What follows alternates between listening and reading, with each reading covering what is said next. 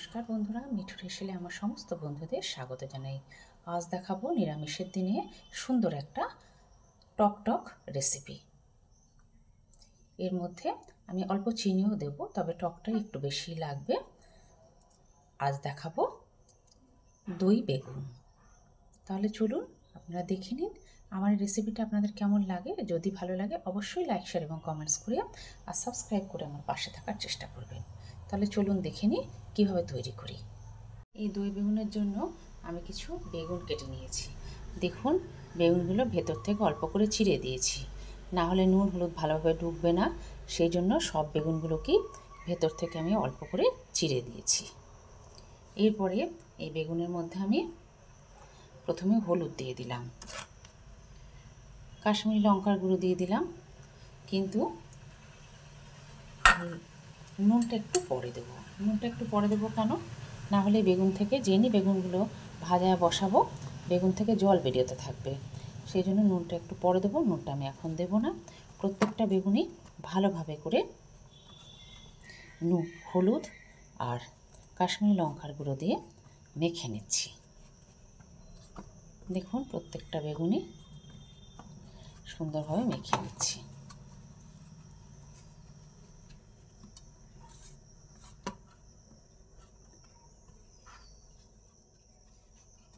প্রত্যেকটা বেগুনই মেখে নিলাম।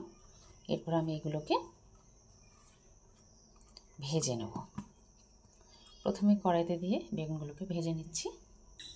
কড়াই বসিয়ে দিয়েছি। কড়াইয়ের মধ্যে আমি সর্ষের তেল দিয়ে দিলাম। সর্ষের তেলে আমি এই রান্নাটা করছি। তেলটা একটু বেশিয়ে দিচ্ছি, কেননা যেহেতু অনেক কটা বেগুন ভাজা হবে, তেলটা একটু বেশিয়ে দিয়ে দিলাম। তেল গরম হয়ে এসেছে। সে সময় এক এক করে বেগুনগুলোকে তেলের মধ্যে দিয়ে দিচ্ছি।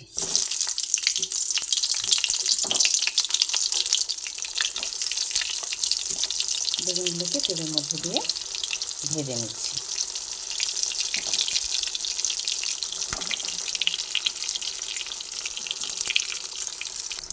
যেটা ভাজা হয়ে গেছে সেই সময় আমি এর মধ্যে নুনটা দিয়ে দিচ্ছি। নুনটা দিয়ে দিলাম। নুনটা দিয়ে সব বেগুনগুলোকে উল্টে দিলাম।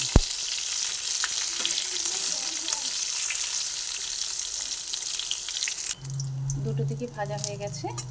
সে সময় তেল ঝরিয়ে বেগুনগুলোকে তুলে ফেলছি।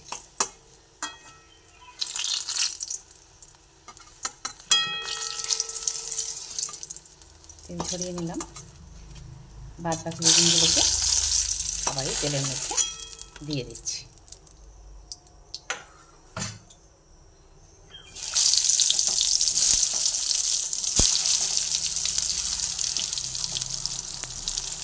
বাদ বাকি বেগুনগুলোকে দিয়ে দিলাম।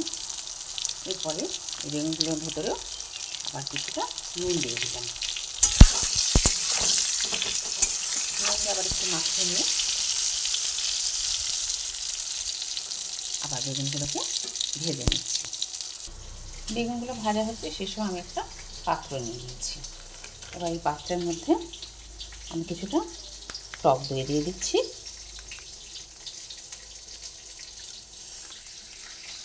টক দই দিয়ে দিলাম। এরপরে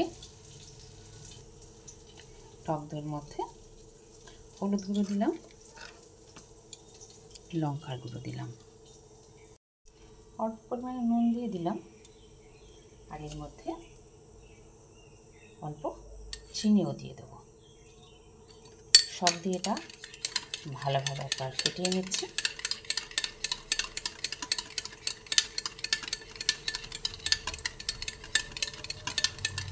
ভালোভাবে এটা ফেটিয়ে নিলাম। এরপর আমি একটু কাজু বাদাম গুঁড়ো করে রেখেছি, সেই কাজু বাদামের গুঁড়োটা এর মধ্যে দিয়ে দেবো। এটা আপনাদের বাড়িতে যদি কাজু বাদাম না থাকে আপনারা নাও দিতে পারেন, কিন্তু আমি একটু স্বাদটা বাড়ানোর জন্য কাজু বাদামের গুঁড়োটাও দিয়ে দিলাম।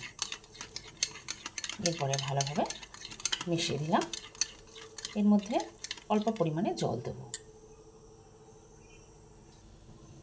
একদম অল্প পরিমাণে জল এর মধ্যে দিয়ে দিলাম। আবার ভালোভাবে মিশিয়ে দিলাম।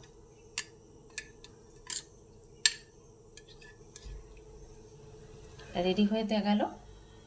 এরপরে বাদ বাকি যে বেগুনগুলো ভাজতে দিয়েছিলাম সেই বেগুনগুলোকে তুলে ফেলবো তেল থেকে। এক এক করে বেগুনগুলোকে তেল ঝরিয়ে ঝরিয়ে তুলে ফেলি।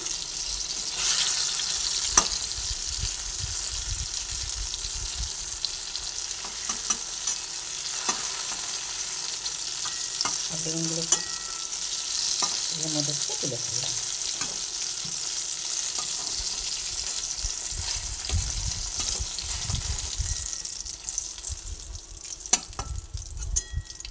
এরপরে তেলের মধ্যে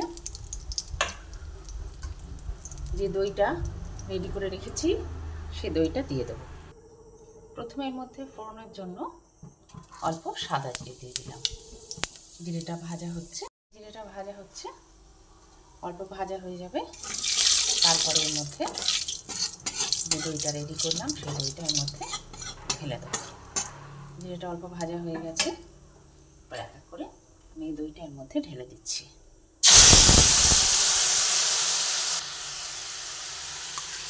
দইটা পুরো ঢেলে দিলাম।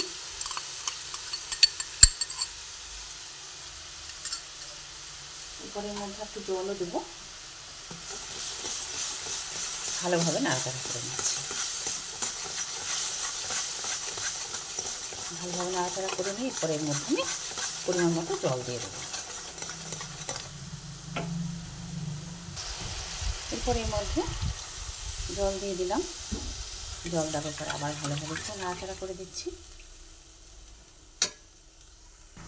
ভালোভাবে ফুটে গেল, সেই সময় আমি এর মধ্যে বেগুনগুলোকে দিয়ে দিলাম। বেগুনগুলোকে একটু হাঁড়িটার মধ্যে নামিয়ে দিলাম।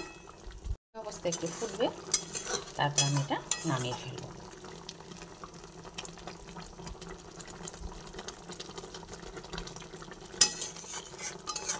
অল্প ফুটে যাক, তারপরে এটা নামাবো। হয়ে গেছে রান্নাটা। এবার এটা একটা পাত্রে নামিয়েও ফেললাম।